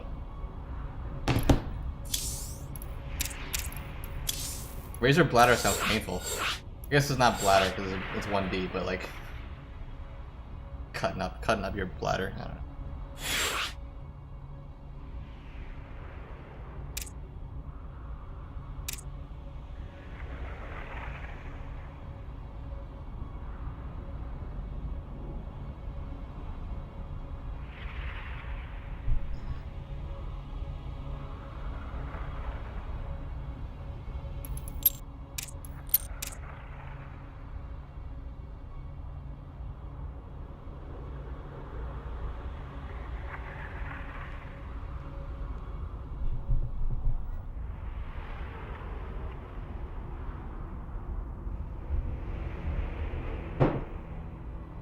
Alright, almost ready to go. Razor Blader says, 1 sec. Oh, Razor Blader. I'm stupid. It's Razor Blader. Okay. I've never seen Razor Blade as a verb. Someone who Razor Blades. I think Razor Bladder is a funnier name. You should have an alt account called Razor Bladder. That'd be funny.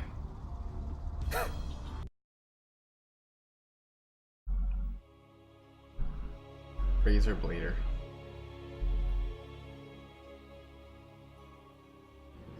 Alright. Let's get into it. In the bottom right hand corner, playing for Team Forge Forest Gaming, we have the Red Terran. Last hope, it is Razor Blader. And in the top left hand corner, playing for Team All Inspiration, It is Drumhead. Taking the last 2 games. Nice convincing fashion. If I do say so myself, you know. Scouting out the push, holding it off, doing StarCraft-like StarCraft things. Counterplay. Let's see if he's gonna be aggressive this time. I wouldn't be surprised since Drumhead's around like 4.8, 5k, 4.9k, and Razor Blader is 6k, that he may do something crazy.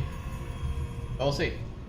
I'm interested to see what kind of things Drumhead has in store for us this game.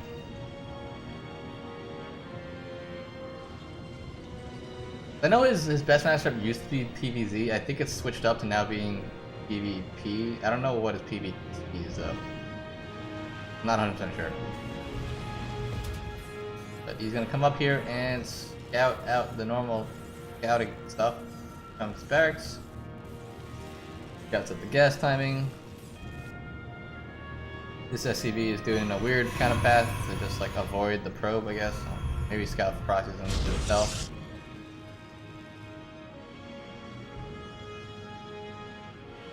Drumhead's gonna be here, be annoying here, and just kind of like block the command center for a little bit. SCV goes out there and spots the Nexus as well, so he knows what he's up against. Drumhead knows what he's up against. We're all good. We can both head home.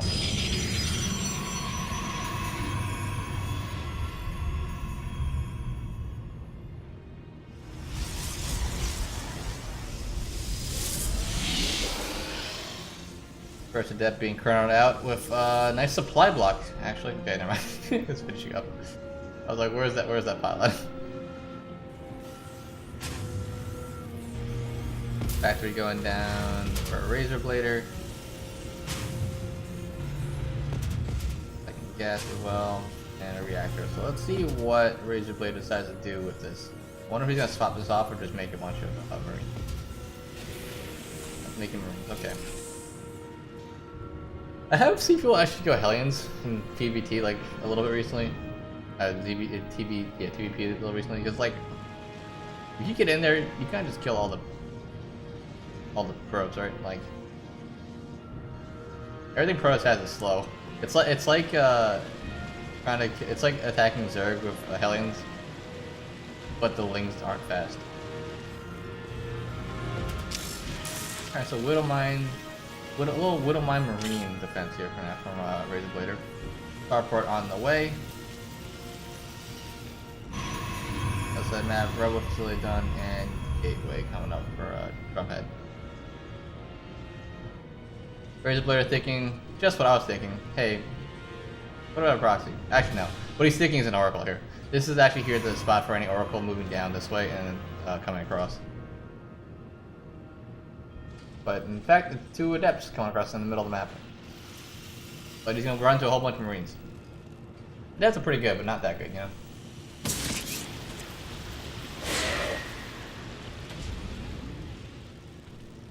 Gonna spot a bunch of Marines on the side. Is upon us.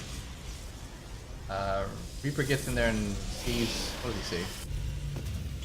He sees basically everything. Add on. He doesn't see the gateway in the back, and he doesn't see this revive state going down, but he doesn't see a Twilight Council, I think, which is the big tell. So I think Drumhead's gonna go Claws with this, off of 2 bases. Possibly. Or go Colossus, then transition into something, or go into Colossus while taking third. That was what I was trying to say. But here comes a Widowmine drop into the back of the base, and this could be a little scary. Oh, big hits. 12 hits here. Damn. Not expect that to do so much damage. Ouch. That hurts a bit. Does for sure. I think he actually target fired down that forward probe that got everything. So Adept's gonna go do a nice little warp into the back of Razor Blader's base, and all his defense is at the natural, so this might be able to do a little bit for him. The reaction isn't quite there yet, but he isn't actually going on to the SCVs. He has to deal with his Liberator first as well. Liberty having kills? He has 2 kills. 3 workers go down for Razor Blader. He has to pop out of there. Ooh, wow, another 10 go down. Wait, what? Wait, what? I looked away. How did he get 10 workers killed there?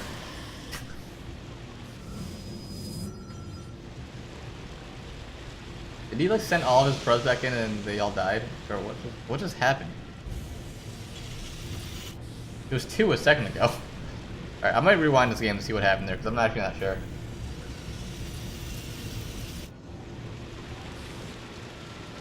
Robotics Bay is done, but nothing being made quite out of it yet.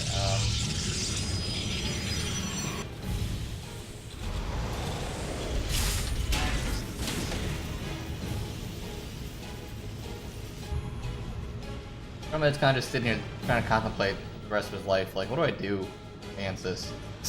That was a lot of damage done in a very short amount of time. Must have been another Widow Mine drop behind it. I don't know. It must have been a Widow Mine. Alright, so Death and Talon. That worked for them. Not exactly the movement path he wanted there.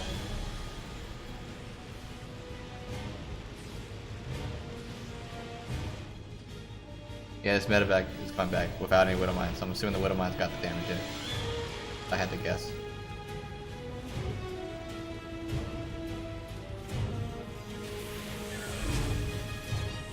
The Razor Blader just really macroing up. He's in an incredible position right now. Just kind of waiting to get all his upgrades up. I think with Stim, Comic Shield, just walk across the map and probably end this game because so much damage was done, and at this point Drumhead's making 1 Colossus, and that's gonna be rough to deal with.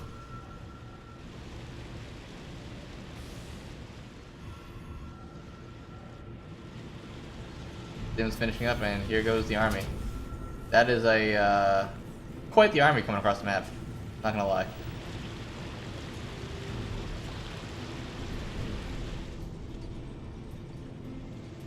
And when does Drum see it? I almost say when he sees it, you can just like leave the game. This is gonna be scary. It's gonna tie really nice with Comic Shield as well. I think Comic Shield should probably end as soon as he gets there as well.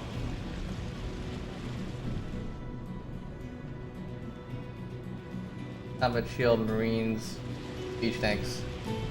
Gonna be tough. 1 Marauder in there just for good measure. Let's see what Drum can do. A Colossus in a dream.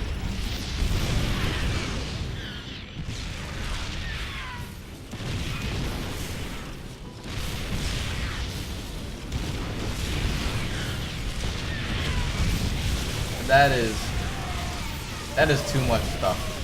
That's Alright, what happened with those Marines at the back there? It was like at 6 minutes or so. Like that. I think it was just this Widow Mine drop came back and killed them. Yeah. Okay, alright, it was here. That's what it was. Little distraction play. Ouch. Yeah, that hurts. That indeed hurts. Those 10 workers go down there. Alright. So we got bring it to the ace match.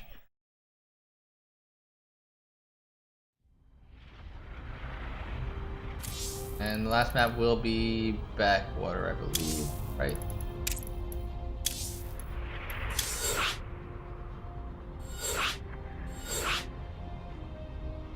Let's see, the Boy Wonder. Can Riser pull it out for all in?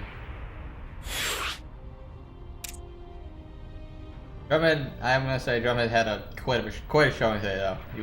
He did well. 2 kills for the team. Drumhead is like our secret weapon of all kill leagues. He just like does so well on his team.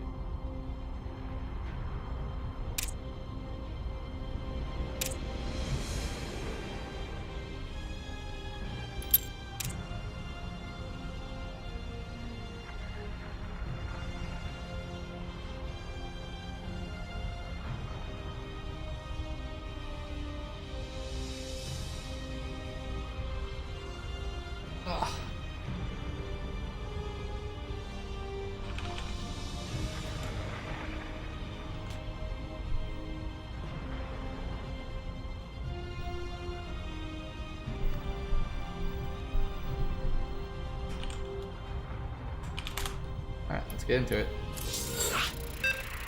Last game of the set. Can Riser pull it off? Can Razor Blader clutch it out for his team? It all comes down to this. Little PBT action once again.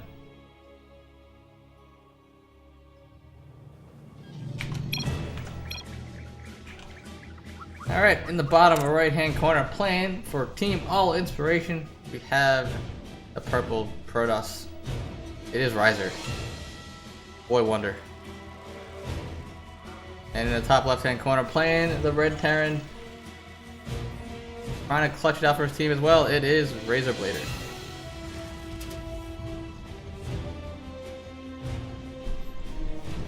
Now, I have a strange feeling I know what Riser's going to do this game, because he likes this build versus Terran.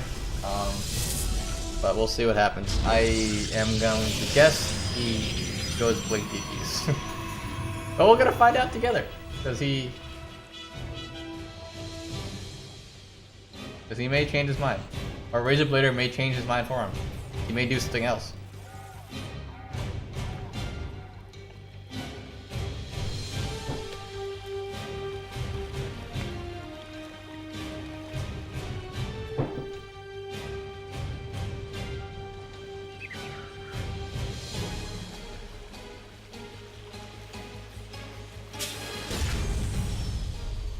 Probe comes up into the main base and then spots the barracks, spots the gas timing, all normal stuff. Razor Blader hasn't changed his build in this last game.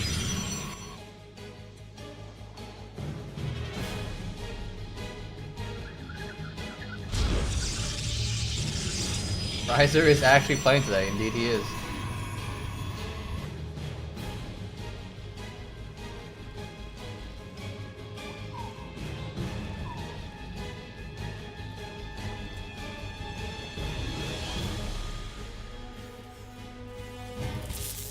Maybe no of this probe. I like the play. Probes are the most annoying workers, I think, because it's not even the fact that they do the same amount of damage or anything, or have shields or anything. It's the fact that that fucking noise of zapping a worker is just annoying. You don't get the drill sound, you don't get the little choppy sound that the drone gets. It's a fucking taser. Like, who wants... Nobody wants to hear a taser. That probe will... Oh, he's gonna get it? No, he's not gonna get it.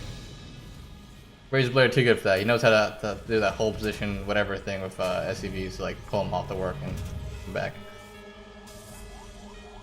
What is it? F? Is it cancel? It's not cancel, but it's like... I don't know. There's a hotkey for it. I don't remember what it was.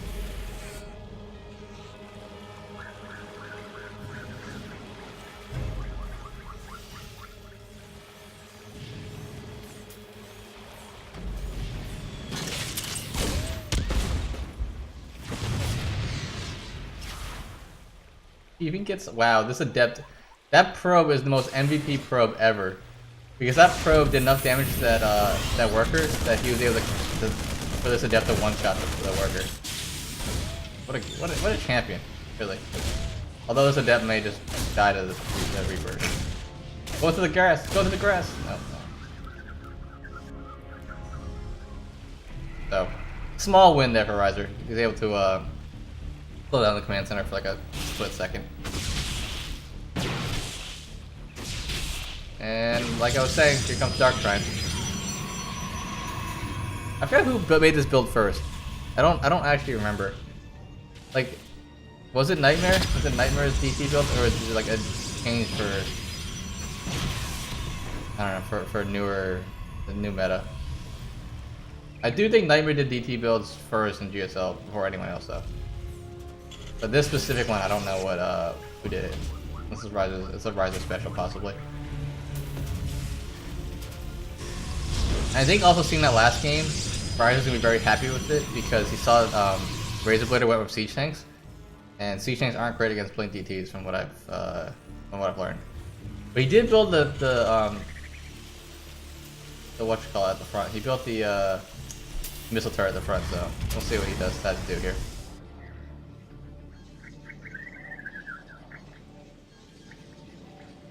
Dark Shrine's about to finish up, and I don't think Razor Blader is any. No, he sees it now actually. He does the Widowmine drop once again. Good reaction time here from Razor though. He's gonna catch all these.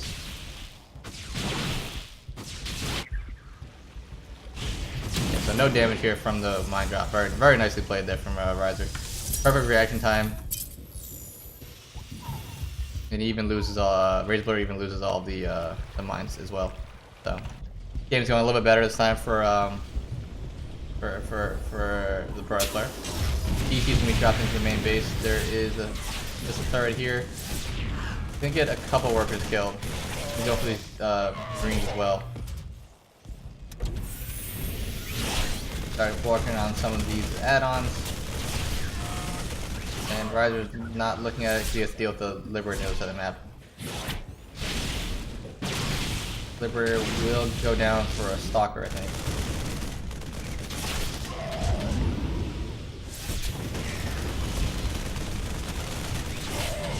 So, nice little micro dance here from both players. Both players are trying to get damage where they can. And he does in fact get the DT. And as I say it, DT blink is on the way.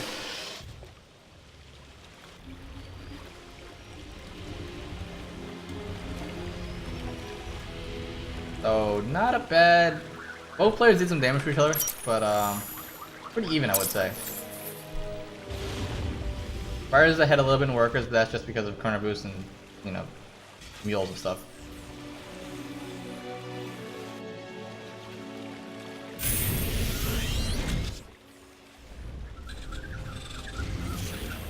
Where's the War Prism? Wait, where'd he go? Oh, he's coming back home. Okay.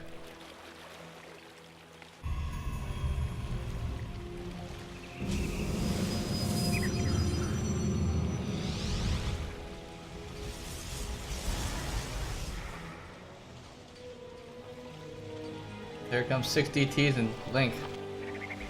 7 DTs and Blink. There is a missile turret in the front here though, so Riser's gonna have to figure out a way to get it around that. or just not care about it, you know? Did he scan the coming up? Oh, I don't know, we'll see. Well, this push is gonna be kind of scary. He needs to not get blasted by a siege tank giant. And the bunker is just now starting. Because the blink right on top of the siege tank, and the siege tank's going immediately down. That's just too much firepower. That's a lot of DTs. The siege tank is still alive here, but oh my goodness, this build is dirty. I think with this many DTs, I think Riser's done it. The SCVs have pulled off the line. The DTs blink around to surround them because why not?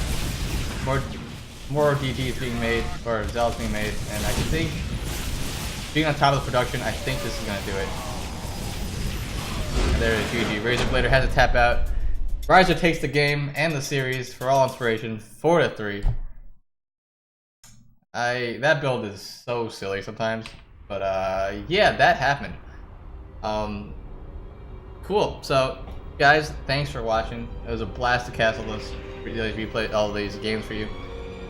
Went the full distance, 7 games, and yeah.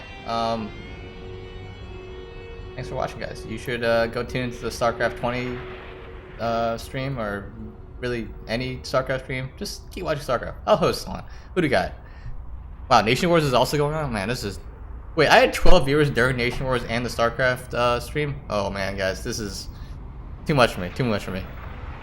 Alright, who's actually streaming that I could give a quick host to? It's a lot of people streaming. Shit. Who's got under 10 views right now that I know? Actually, he hosts me enough. I should give it to him. He's streaming right now? Oh, he's got like 5 minutes before he starts streaming.